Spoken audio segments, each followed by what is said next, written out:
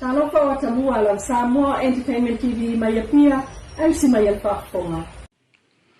E ui wa fautua ina le mtanga luenga o leo leo sa ili se lo ia tutu atasi e tu lai mol minista ya olo fiti va ai. Ile whamsinonga peitai e manatul kam sinon tanga luenga o leo leo mfalpui pui awa pa aulongo tino Filippo. O le mta upule nei o lo oa fia ile minista o le tilo le mtanga luenga o leo leo e tatau o na whaase e atu ile loia sili o la tau e tatau o na nga i e avel mta upule nei i lumol whaamasinonga. Sau no fo ia wa pa au o le mta upule a olo whaasanga ia atu ila epa ua au mai le tala le loia sili o na o la tau e avea le mta upu i lumol whaamasinonga. E iei tūlanga o meo whautua mai ai i le mta ngaruenga o leo leo. O vaenga o le nā whautuanga ila natali mai na ua fasilingia le atamua po le first image ni usi le vaya so taluai.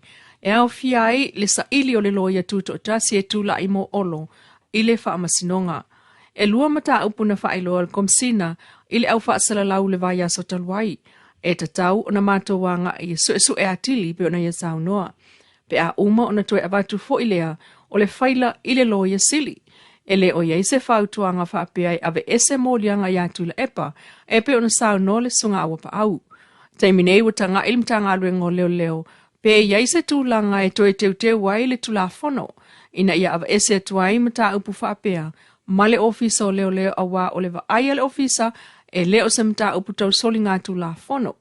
Not really a criminal matter i le taltonunga o le komisina. I lona taltonunga a whaapea e tūla i mai se tūlanga whaapea pei o le whai se isi o utala a e le fia il tangata lea ona e alu le whai sau loia a e awale toe au maia i se ofisa o leo leo. O le tūlanga le nā o lo o tiltilo i aile teimile nei. Le laiboloa lea na toe ave ese il whai ngā malo o taluai. Pei taina sao noa al komisina a tonu e iei fo se mafua anga na whai ai e le pūlenga taluai mai na te iloa e iai lava mafua anga na toe wha aufi mai ai tonu. Ai o mōlianga leo leo o le tau whaaleanga ma le whaalumaluma whaasanga i le sunga tula epa o lo tu maulava pe o na i sao noa. O lo tu maulava le ngō Samoa i lungo le lisi o atunuu ua iei makaleanga e blacklist i whaamaunga al komisio malo Europa le European Union e le o tausi i tula fono po le non-cooperative jurisdictions.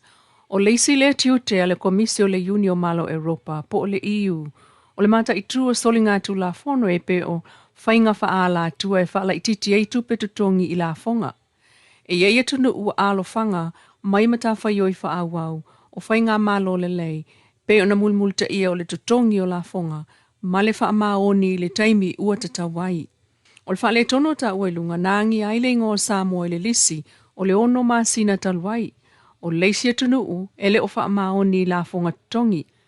O le blacklist lava le nā, nau oatua i le fono a le ECOFIN, po le Economic Finance Forum, o le fono le nā tai masina mausu, a minista mai le komisio le Unia malo Europa, o la tau e ngafa tonu mai e inga tau tamau a inga, e au fia i ma tax po la fonga, ai o a ngia ne ai lava le ingoa Samoa, i le lisi fau mo le masina fau, i wha maumaunga le EU, o le masina o ke topa lua o lua, na o atua ile se fulu lua, o lo oilunga o le lisi, e au fia i Amerika Samoa, Ankila, Bahamas, o Fiji, o Guam, o Palau, o Panama, Samoa, Trinidad ma Tobago, Turks, Marquesas Islands, o le US Virgin Islands, ma Vanuatu. Ai o le lisi fau o le au atu se fulu wono atu nuu, fa o popo iai ma lisi fa fau. I lalo fa solonga o le lisi lea le EU, i lona malo si anga whaale tu la fono e mata i tu ai vaenga e tolu, e pei o le manino o le whailaina o la fonga, ia wha maoni le aoina o la fonga, ma le whaonga ina o awala wha tausitusi, e wha tau ina i le au wha i o tupe maua, i lona tūlanga maua lalo ina ia wha iti ai se la fonga totongi. O whautua ina tunu o iai lea whaale tonu, e ave iai se wha ta ua ona ta ita i wha apolkiki, i le taimi o wha tapula ina. Ai ale mulmulta ia lava matuu ilungo le blacklist ale EU. Elena o Samoa o tula i mai ai whaale tonu i ana tangata whaingaruenga whaavai taimi. I le saunoanga le fiongal pale mia fia me na o mimta afal whai ungal vastalwai. Na fia ai le mata upu lea ua wha mao ni ai le kapeneta Le toe ta tala ai o malanga o ngā luenga whaavai taimi. Na ia sao no fo ia o whaawa wai le toe tu na ingol polkalame, ai ua iaila na fufuanga o le aia la ngālim ta upule o le RSE, i le fono whaaitu langi a tai o le Pacific o le Pacific Forum Leaders Meeting, e usua tui fiti whai ungol māsina nei. Lo langona fo ia isi atu motu le Pasifika, o vatua lātou tangata whai ngā ruenga whaavai taimi i whafo, lu i tau o whianga iai ma lātou. Mai tau ina fo i lipo tel komiti, isim ta upu wālia e ngā ruenga whaavai taimi nei, wa vatua i matangata o lo o iai lātou ngā ruenga tū mau, e pe o whai a onga ma leo leo, wa leo ngā tusai, ma le aunga, o le polkalame o ngā ruenga whaavai taimi e mō tangata e lea ini ngā ruenga o maua. Ma o ane ai i le whaai unga e tu atu i le fono anuu, ma le lango mai fono whaai tū malo, e i loa tāl sanga ma vanel whautuanga, i le mta ngā luenga o pisnisi ala manuia ma leiba, e ta pena i le whamtalanga mo le kāpeneta. O le toa ina o le Family Violence Policy po ai inga o sa wanga i tonu ainga, leisi o vaenga na o iai le maftanga whaalea o onga, a le mta ngā luenga o leo ma whalpuipui, ma le lātou vaenga o ngafa ma sa wanga i tonu ainga le Domestic Violence Unit. I le vaia so nei, na awa iatu iai sui mai le official whamsinonga ma whapaanga a leo Samoa ma Australia. O le maftanga whaalea o onga nei po le workshop, e ta pena ai fuafuanga a le mta ngā luenga, o le angafa ma le pulea ma ia inga tau i sa wanga i tonu ainga. Ma sa unua whaaptua i le fionga le whaamsino, o le whaamsinonga o ainga Judge Talasa atua sa anga. Ma ia whaamnatu i leo, lo lato malo si anga pe asi la fia le lei il tangata lo na tute i lalo o le tula fono lua fesu tolu o le family safety. Ma ia ta otu fo i leo, o le whaatuina mai o le vaenga lea, a le Domestic Violence Unit, e ngā whatonu masawanga i tonu ainga, o le amawhaia i leo, o no lato mulimulta i el tula fono, malona tūlanga o iai maawatu ai le aia tau i leo e tali tua i tangata o lo o a fia i sa wanga.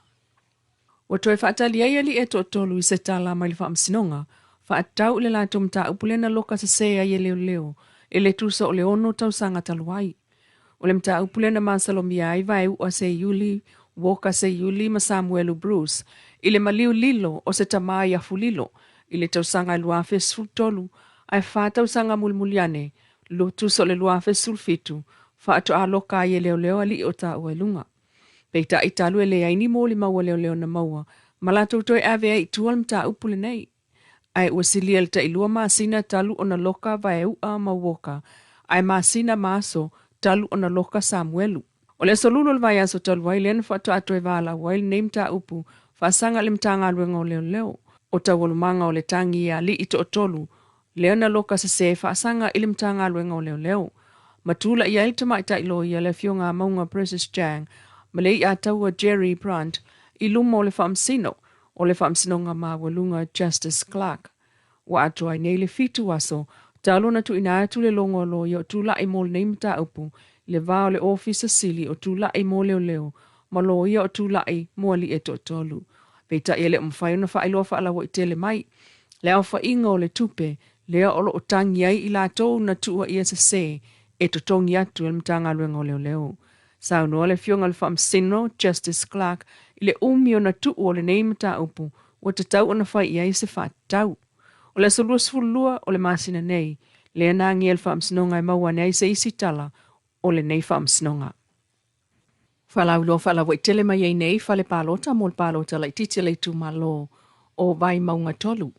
Le whai e le aso lua, le aso lulu, ma le aso forai le aso lusulfa o februali o le vai aso iluma.